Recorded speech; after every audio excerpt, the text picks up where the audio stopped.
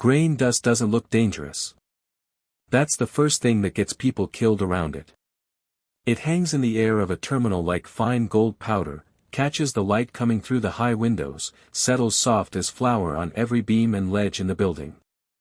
It takes a concentration most people would never guess at, suspended in exactly the right way, to turn that harmless-looking haze into something that can level a building in under 2 seconds.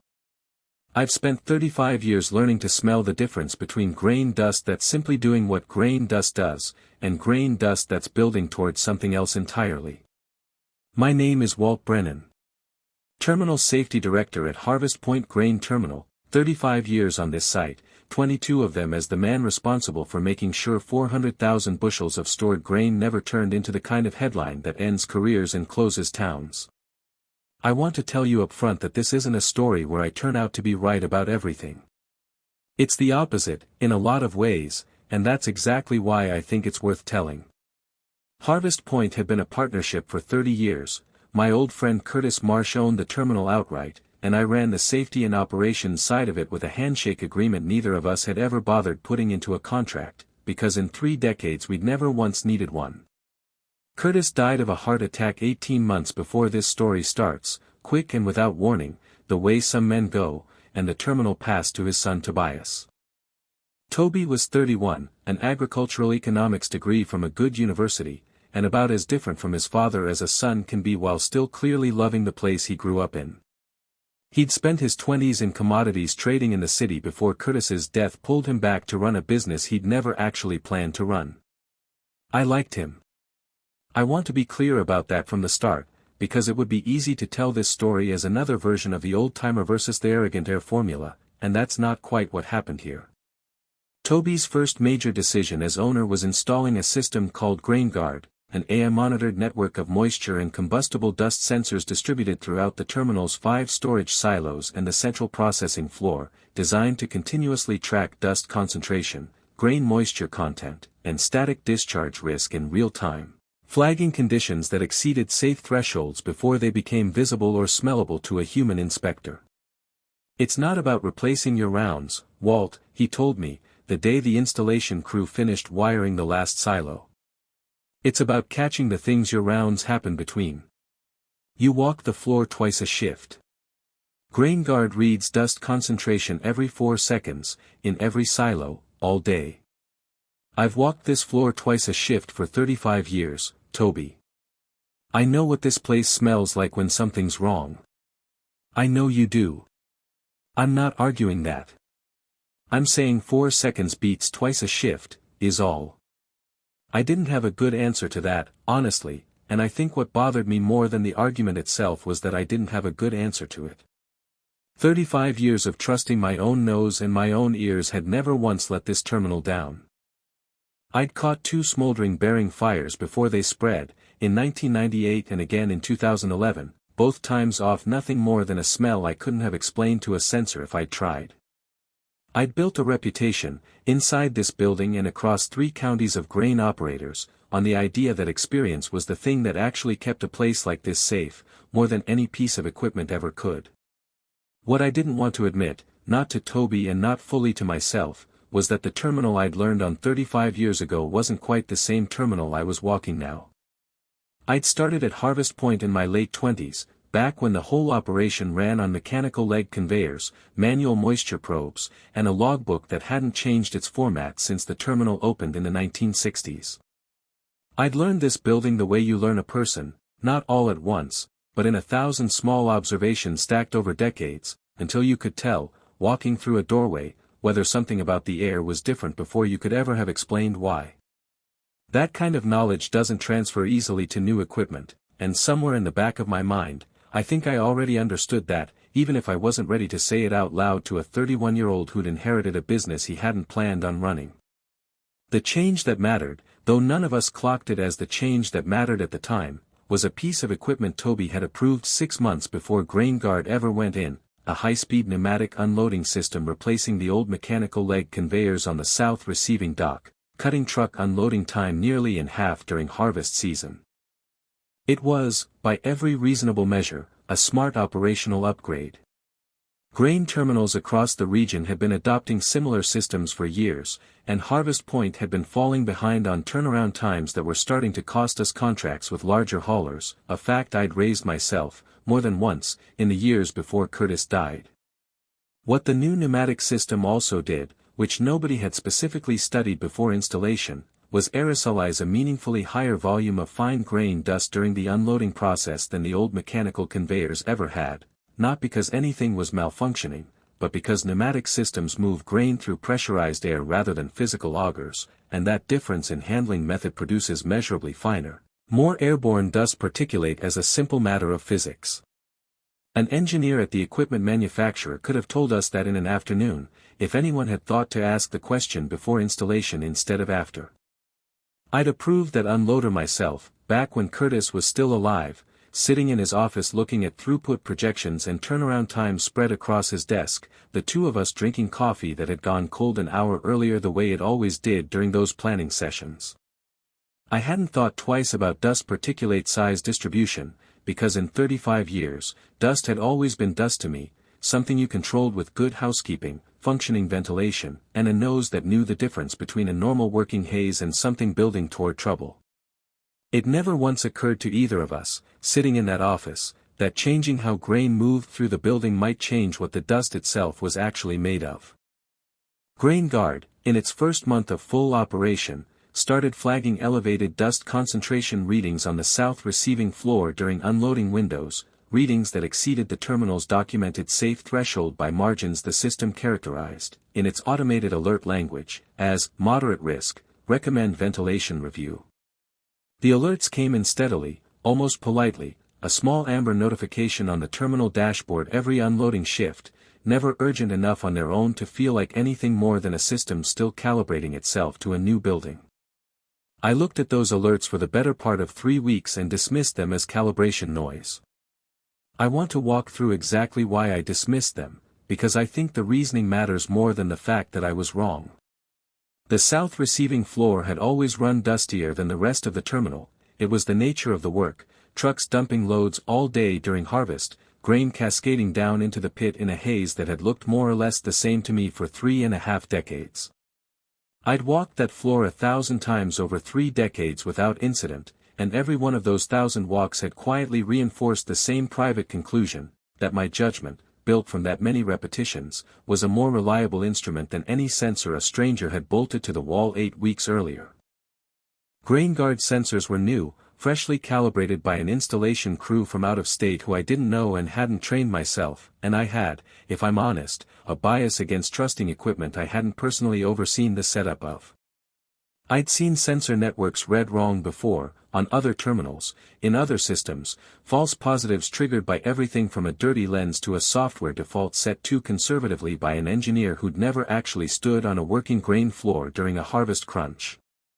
I mentioned 2 of those examples to Toby directly, by name, the terminals and the years, the way you cite precedent in an argument you've already decided you're going to win. The dust looks the same as it's always looked to me, I told Toby, when he raised the 3rd week of alerts in our Monday check-in, the 2 of us standing in what used to be his father's office, still furnished the way Curtis had left it, a detail neither of us had mentioned out loud yet. I've walked that floor every single unloading shift since the new unloader went in. It smells like dust. It doesn't smell like anything building toward a problem. The system's not reading smell, Walt. It's reading particulate concentration in real time, 40 times a minute, at 3 different points on that floor. That's a different measurement than what your nose is doing, and it's not necessarily one your nose was ever built to make in the first place. My nose has kept this place standing for 35 years, Toby. Twice, that I can name off the top of my head, when nothing on a dashboard would have caught it in time. I know it has. I'm not asking you to stop trusting it. I'm asking you to take the reading seriously anyway, alongside it, instead of it. I agreed, on paper, to schedule a ventilation review for the south floor. I did not treat it with the urgency Toby was asking for, because somewhere underneath my professional judgment sat something less rational and more personal, a real, if unexamined, resentment at being told by a piece of software, installed by a 31-year-old who'd been in a trading pit 2 years earlier, that the floor I'd walked for 3 decades was carrying a risk I couldn't detect on my own. I scheduled the ventilation review for the following month, after harvest peak season eased, the same way I'd have scheduled any routine maintenance item that didn't feel urgent to my own senses, filed, reasonably, responsibly, and much too slowly. The morning it nearly went wrong was the second Tuesday of October, peak harvest, trucks backed up 4 deep on the south receiving apron, the pneumatic unloader running at full capacity for the 3rd straight day. I was on the floor myself that morning, doing my usual rounds, and I'll tell you honestly that the air did feel a little heavier than usual, not wrong, exactly, just a shade denser than what I'd normally register as ordinary working dust. I made a mental note to push the ventilation review up on the schedule and kept walking, the way I'd made 100 mental notes over the years that turned out to mean nothing at all. GrainGuard's dust concentration reading on the south floor crossed its critical threshold at 9:52 a.m., not the moderate risk range it had been flagging for 3 weeks, but the top tier, the one the system's design specifications called an active ignition risk condition, triggered by the combination of dust density, the friction heat coming off a bearing on the pneumatic unloader that was running slightly hotter than spec under sustained peak season load, and a static discharge event. The system's sensors registered as a small but measurable spark near the intake manifold. I didn't see any of that happening. I was 200 feet away, checking moisture readings on Silo 3, the kind of manual, hands-on inspection I still believed, and still believe today, matters as much as any sensor ever will. What I heard, from across the floor, was the terminal's automated suppression system activating on its own. GrainGuard's threshold trigger had bypassed the normal alert and confirm sequence entirely, going straight to automatic activation of the south floor's dust suppression misting system and emergency ventilation exhaust, per a protocol Toby had configured during installation specifically for conditions that crossed the top-tier threshold, reasoning, correctly as it turned out, that some risks moved faster than a human confirmation step could safely allow for. By the time I reached the south floor, running, the misting system had already knocked the dust concentration down below any risk of ignition, the ventilation exhaust was clearing the air, and the pneumatic unloader had automatically shut down on a linked interlock, its overheating bearing now visibly smoking, faintly, at the housing. Nothing exploded. Nobody was hurt. The whole event, start to finish, lasted under 90 seconds, and if you'd walked onto that floor an hour later, you'd have found nothing but a damp floor and a maintenance crew pulling a bearing housing for inspection. But I stood there in the mist, 35 years of professional pride sitting uncomfortably in my chest, and did the math on what those 90 seconds could have looked like if the system hadn't acted the instant it did, if it had waited, the way I might have waited, for a human to confirm what the sensors were already certain of. Toby found me on the south floor an hour later, after the maintenance crew had the bearing pulled and the ventilation system had cycled the air clean again. I expected him to be angry. I think some part of me wanted him to be angry, because anger would have been simpler to sit with than what he actually said. I'm not here to tell you I told you so, Walt. You'd have some right to. Maybe. I'm more interested in figuring out why 3 weeks of moderate risk alerts didn't move the ventilation review up the schedule. I told him the truth, because after 35 years in this business, I'd learned that the only thing worse than being wrong is being wrong and then also lying about why. I told him I hadn't trusted a sensor network I hadn't personally overseen the installation of. I told him some part of me had resented being told, by software, that a floor I knew better than anyone alive was carrying a risk I couldn't smell or hear or feel for myself. I told him that 35 years of being right had made it very hard to seriously entertain the idea that I might, this time, be missing something a machine could see and I couldn't. The old unloader never threw off dust like this, I said. I approved swapping it in myself, 8 months ago, and I never once thought about what that would do to particulate size. I was so busy trusting my nose that I forgot my nose has never smelled pneumatic dust before.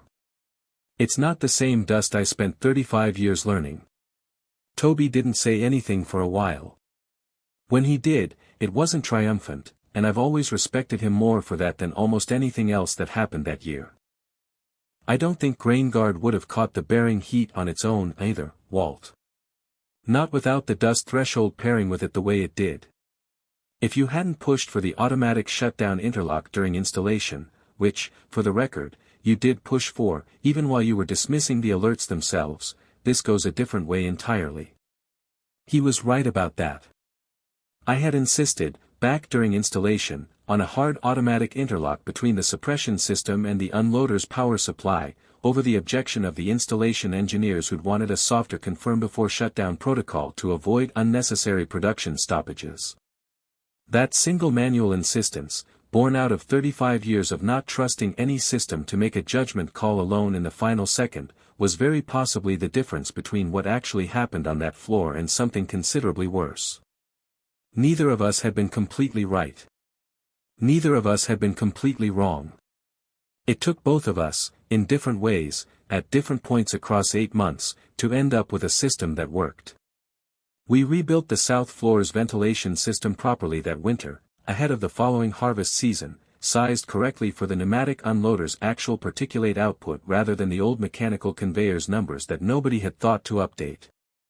Grain guard's alert protocols got revised too, at my insistence this time, not less sensitive, but paired with a mandatory in-person walk-down for any alert sustained more than 48 hours, a rule that exists today specifically because I'd let 3 weeks of legitimate warning sit on a shelf out of pride.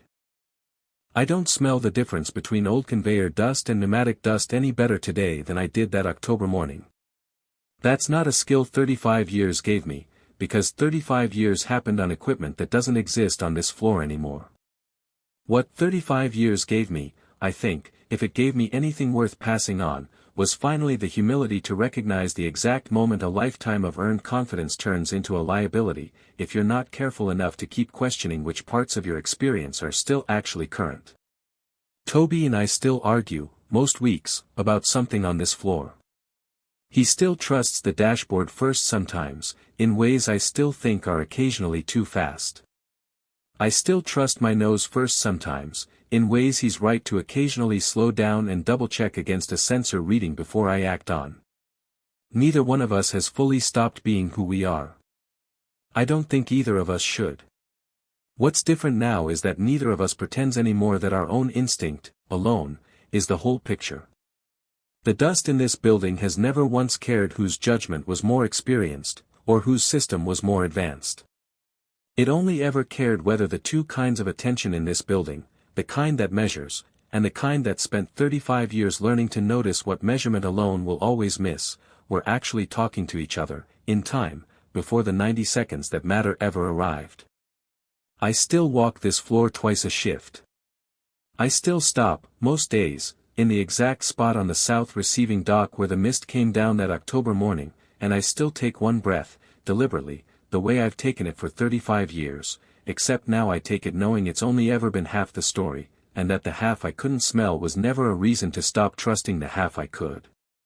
It was only ever a reason to make sure both halves were finally in the room together.